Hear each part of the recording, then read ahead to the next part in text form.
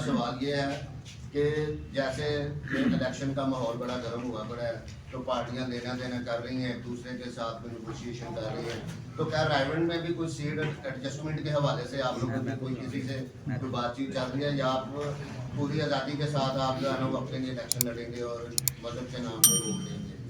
बात यह कि इसके अंदर इत्तेहाद की तो गुंजाइश ही नहीं किसी किस्म की बनती ना। इत्तेहाद तो वहाँ होता है जहाँ आप कंप्रोमाइज़ कर लें। कंप्रोमाइज़ करने के लिए हमारे पास यही एक चीज़ है, 25 नकात हैं, इस प्लेटफार्म पे आ जाएं तो बिस्मिल्लाह, हमें तो कोई इतराज़ नहीं है। दूसरी बात यह है कि जिस तरह आपने कहा कि रायवंड के अंदर सियासी हलचल तो इतनी ज़्यादा है कि यहाँ पे मरीम नवाज़ साहब खुद इलेक्शन लड़ना चाह रही हैं, और इसके अलावा ये छोड़ के चाहे शहबाज शरीफ आ जाए, हमें इनसे अल्हम्दुलिल्लाह कोई फ़र्क नहीं पड़ता। बात यह है कि हम एक ही बात करते हैं, मेयार के मुताबिक हो।